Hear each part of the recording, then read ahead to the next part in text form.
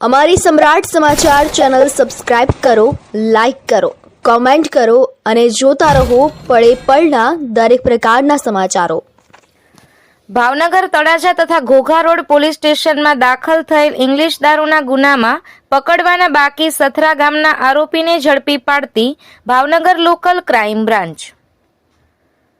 Bhavnagar local crime બ્રાન્ચના police સ્ટાફના માણસો ભાવનગર ગ્રામ્ય વિસ્તારમાં પેટ્રોલિંગમાં હતા।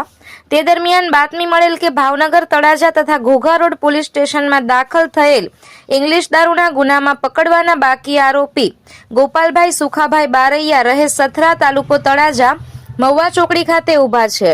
જે બાતમીવાળી જગ્યાએ આવતા પકડવાના બાકી આરોપી હાજર મળી આવતા તેના વિરુદ્ધ કાયદેસર કાર્યવાહી કરી તળાજા પોલીસ સ્ટેશનમાં સોંપી આપવામાં આવેલ। આ અંગે ઘોઘા રોડ પોલીસ સ્ટેશનને પણ જાણ કરવામાં આવેલ।